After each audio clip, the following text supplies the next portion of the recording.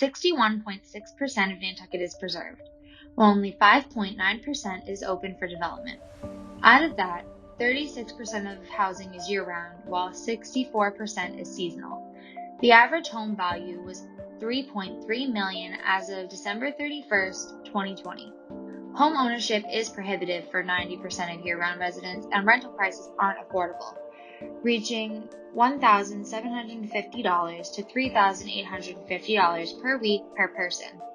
40B was created to encourage affordable housing in Massachusetts by having all towns and cities have at least 10% of their housing be affordable.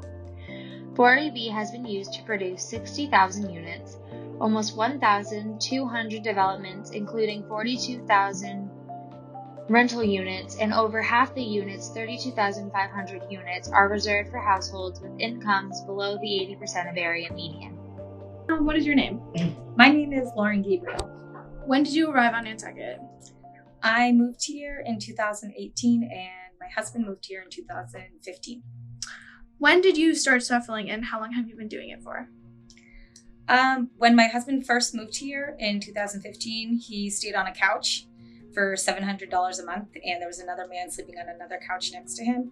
Then he moved to his brother's apartment to sleep on a different couch for slightly less money. And when I moved here with my kids in 2018, we lived in an above ground apartment that was really big, but it was also really dangerous. There was wires coming up out of the ground and out of the walls that were exposed.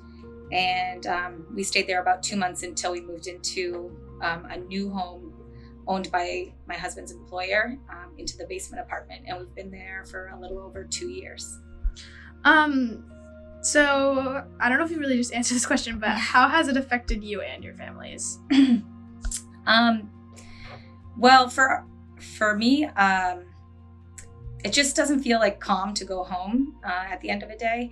You can't see any sky from any window in our apartment. Since I've lived in that basement apartment, I've been diagnosed with depression and OCD. I think the pandemic obviously didn't make it any better, but it's just hard to be underground all the time.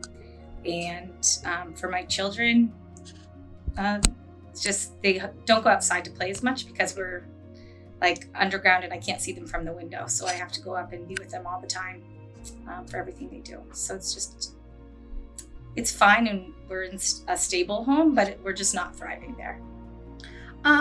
What kind of changes would you like to see in the housing community on Nantucket? I would like to see some more affordable housing options in Nantucket so that myself and other essential workers had some options for home ownership or even just safe, affordable rentals. I think without addressing this issue, then we stand to lose a lot of valuable community members. So we all know about Surfside Crossing, and are you for or against? I can't say I'm particularly for Surfside Crossing. Like, I certainly understand the community pushback for a development like that. On the other hand, what's the solution? If we're going to straight up say no to that one, then we have to think of some other ideas so that people can stay here and continue to serve the community. And then this is our last question. With the population increasing, how do you think this will affect the shuffling of the community? I think the population increasing will only make it more difficult for everyone. I'm afraid for a lot of families who've maybe already spent everything they have to come and move here. That might just mean adding another family to their already overcrowded apartment. And then to other people like me, maybe a lot of other teachers too, if we don't have any safe, affordable housing options, then we'd probably end up moving off island. So the risk is great right now. What is your name? My name is Brooke Moore. And how long have you lived on Nantucket? I started coming to Nantucket in 1985, and I moved here full-time in 2013. What organization do you work for? I'm the vice chair of the Nantucket Affordable Housing Trust. And what made you get involved with this organization? So housing's been an issue on Nantucket since I first came here. And then I have a family member, my stepdaughter, who settled here, and I watched her struggle finding rentals. And it's still a huge problem. When I moved here full time and wanted to get involved in government, I chose housing as my first issue to get involved with. With the last question, how long have you been working with this organization? I have been on the trust for 4 years, and my term is up, and I am hoping to be reappointed soon. What have you and your organization accomplished?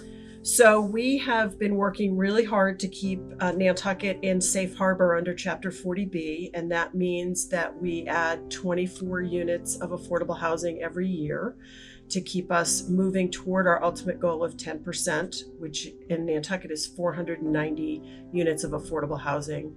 We've gotten the community to commit $25 million in 2019 and $16 million this year to help fund those housing efforts. And we've acquired a number of properties on which affordable housing will be built, including 31 Fairgrounds Road, Orange Street across from Marine Home Center, and on Vesper Lane behind the Coast Guard housing across from the hospital. So right now it's at 4%, right? Yes, roughly. Yep. And our goal also is to make it up to 10%. Correct. The state requires us to have 10%. Yes. What is your goal with this organization? What is your personal goal with this? For me, reaching the goal of Chapter 40B of 10% is the minimum we need to do. We also have a lot greater need, and none of those units, those are all going to be rental units. And one of my other big goals is to fund opportunities for people to be able to buy homes affordably and have them deed restricted so that they will only ever be owned by people who live and work here full time year round. With that, what are you trying to do to reach the goal? So this year, there were several articles to establish a long-term funding stream that would help support that effort. Neither one of them passed a town meeting, but we did have a really robust discussion in the community about how big the issue is and how much money it's going to take to solve it. We've also been working on something we call the Housing Bank Bill, which is an additional transfer fee on real estate transactions. But we've struggled to get that passed at the state legislature, but we will continue to work on that effort and other efforts for long-term funding so that we make sure the community commits to making the kind of investment we need to really solve this problem for the folks who live here. So I think it was a week ago with town meeting. Did you attend it? I attended every last minute of town meeting. And why do you believe so many articles focused on affordable housing got rejected, but with the town meeting last week, many did get passed? So it's a combination, right? I think this is a huge problem and it feels daunting to people. And I feel as though the biggest progress we've made is that $16 million of funding passed at town meeting without really any debate at all and passed again at the ballot yesterday. The bigger funding, which is it's overwhelming for people to understand how big the issue is and how much money it's going to take to solve it. And so it's progress, right? We've had the conversation.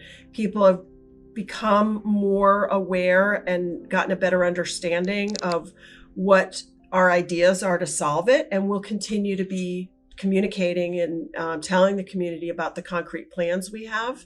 And hopefully next year when we come back to town meeting, they'll have an even better understanding of why we need the money and will support us even more. So we know that in our community, affordable housing is a very big problem and we want to reach that goal. Many people do. Where do you see this issue going in the future?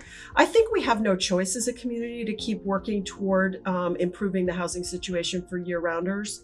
We are a high-end and very well-known tourist destination, and I think that sometimes it's hard for people to understand the connection between our success in our economy as a seasonal tourist destination and the need for year-round housing. And so building more understanding in the community about how those two things are linked to each other is a really important goal, and that's a long-term goal. And I think that the folks who work here and support our seasonal residents' fabulous experience on Nantucket is something that both the year-round and seasonal community can get behind over time. And hopefully we will build a momentum toward really being able to say, our year-round workforce is critical for everyone, whether you come here for a week or a month or the entire summer season, or you live here year round, having people to fill the jobs that our economy has is critical to our success long term as a community. And also, there's really great people who live here who really want to stay here. And we would love to be able to have people establish themselves, buy a home, raise their families here, and be able to stay and not have to worry so much about housing. Needless to say that affordable housing is a real problem in the Nantucket community, a problem we need to solve soon. Even though we are working to fix this problem, we need to work faster and more efficiently, which is why we need to work together and come to a consensus on how we can fix it. Thank you for listening to our PSA.